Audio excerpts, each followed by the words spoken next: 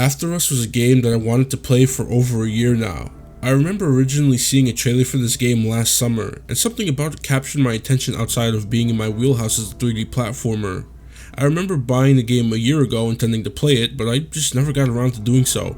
My procrastination skills are deadly. I'm not exactly sure what spurred on the sudden urge to play the game a year later after it released, but I went for it anyway, and after about 8 or 9 hours, I walked away with some thoughts. Did this game manage to be as good as I thought it would be? Or was it just a dud? A run-of-the-mill platformer with not much to offer? This is my review of After Us. The story of After Us for the most part is straightforward. You awake as a being named Gaia who lives among the animals in a giant nature sanctuary. Suddenly, the essence of every animal disappears. The Mother Tree tells Gaia that the Devourers are trying to destroy the heart of the Mother Tree and are trying to destroy the remnants of the destroyed world completely. The Mother Tree gives Gaia their heart, which allows them to interact with the world and fight against the remaining Devourers. In separate parts of the world, certain animals hold a large amount of life force that the Mother Tree needs to restore the world. Gaia releases the life force from 8 different animals, while finding smaller life forces from other animals along the way. Every time Gaia releases a large amount of life force, their own life slowly withers away. Every now and again, Gaia is taken to a place where a bunch of large humans trapped in stasis are found. I didn't really understand what the fuck was going on here. The Mother Tree explains that Gaia has a connection to humans and can grow closer to them as she experiences their emotions, but from my understanding, Gaia is usually frightened by the vision she sees, and then by the end everything just seems to be alright. There are 2 children at the center of these visions, and the children themselves are shown as the epicenter of emotions such as fear, confusion, pain, etc. The final vision shows the 2 children and the people around them as jovial, but I don't understand how things went from so dim to so happy without much development. Gaia, seeing this final vision, decides to bring the life force of the 2 children with her, and the Mother Tree ultimately accepts this decision, but asks if humans deserve a second chance, seeing as how they became the Devourers in the first place and are the cause of the planet's destruction due to treating it poorly. There's a whole environmentalist theme going on in the story as well, showing copious amounts of pollution and lack of care caused by humans that led to some event that left them in stasis. In each area, you can collect pieces of memories left behind by humans showing the different lives of many people living in certain areas.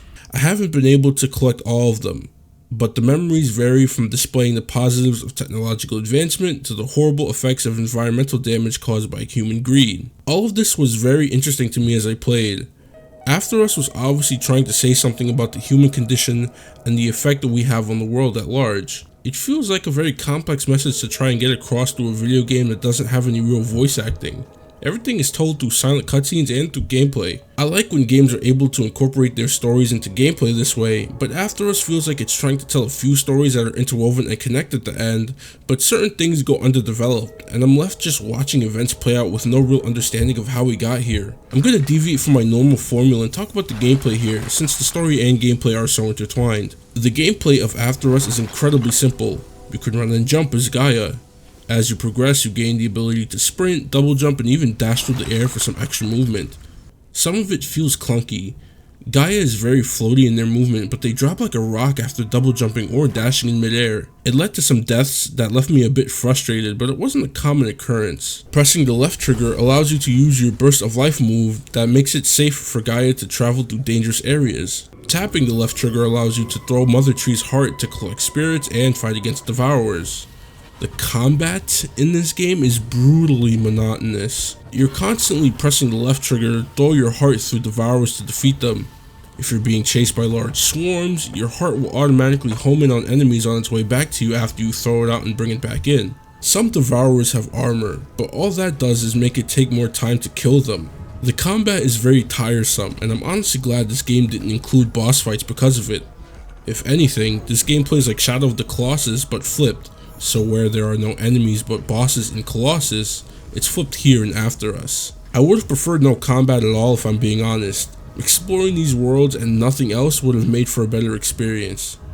With that being said, the exploration in this game isn't what I thought it would be. There are so many open areas that just have nothing in them. This is the reason why after a certain point I didn't really find myself looking every which way to collect things.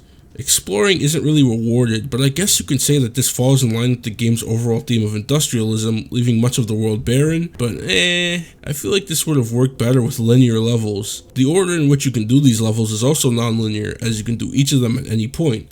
But I don't understand the point of this since nothing changes in terms of story progression. This isn't like Sonic Frontiers or Pseudo Regalia where you can map out what powers and items you get first, or how you collect what's needed to progress to the next stage. Absolutely nothing changes, which supports my point that this game should have been more linear. Platforming is easily the best part of the gameplay. Some levels have their own gimmicks like teleporting through TVs, wall riding, or rail grinding that spices up the gameplay, and I enjoyed these. For as much as I like these segments, I don't have much to say about them. Some levels feature puzzle solving, or set pieces where you must react quickly to avoid disaster, but it's all very standard. I wasn't looking for this game to reinvent the wheel or anything, it's just that what the developers came up with was some stuff that I thought was alright. The visuals in this game are amazing. I was personally a little miffed that this game made me wait 30 minutes to load up the shaders before playing the game, but a lot of the environments and shots captured look so damn good. A lot of the game is industrial and mechanical in their settings, only really changing once you get to the area where the large animal life force resides as they become more thematic, or should I say emblematic, relating to the animal. I found myself taking screenshots every now and again because of how visually striking some of these areas are. I like that they showed different forms of industrialization in different levels, so nothing really felt samey despite sharing the same themes. I also like the horror aspect of this game. It isn't in abundance, but I kid you not, I felt genuine fear run through me the very first time I saw the naked humans in stasis. I had flashbacks to the very first time I watched Attack on Titan at the age of 13. Good times. The Devourers popping up only added to this fear, and I kept my head on the swivel for most of the game. There are certain areas where a bunch of them just pop out and run you down. If the combat wasn't so one-note, I would have gotten more joy out of fighting or evading the Devourers, but from a story perspective, the humans are very frightening, and I like that, because it makes the question of do humans deserve a second chance harder to answer. I don't have much to say about the music of this game. Very synth heavy, very atmospheric. It felt like any other kind of music would be doing a disservice to this game's vibe. Daniel Elms, the game's composer, is responsible for this hefty soundtrack and he did a good job. The music doesn't scratch the itch for me personally, but I felt like it helped with immersion at certain times where I felt like my mind was wandering off, so it's good in my book. After Us is a game that's trying to get across a point greater than it can handle. Its gameplay and story don't really connect in a way that neatly ties its themes and message well. Because of this, the game feels a bit directionless and underdeveloped at times. It's almost completely free and open for the player to do whatever they want within the means of what they give you, but you'll find that much of your time is spent wandering around and its navigation system is pretty poor. Despite all this, the visuals, music, and core platforming gameplay all range from good to great. So I'd say that After Us has a lot of good in its game, but it's weighed down by some of the worst implementation of non-linearity I've ever experienced in video games. Can't say I'd recommend this one, but if you're curious enough, wait for a sale. You might find this game much more enjoyable than I did. That's all I got for After Us. Shout out to you for watching. Check out the channel for more great video game reviews. See ya.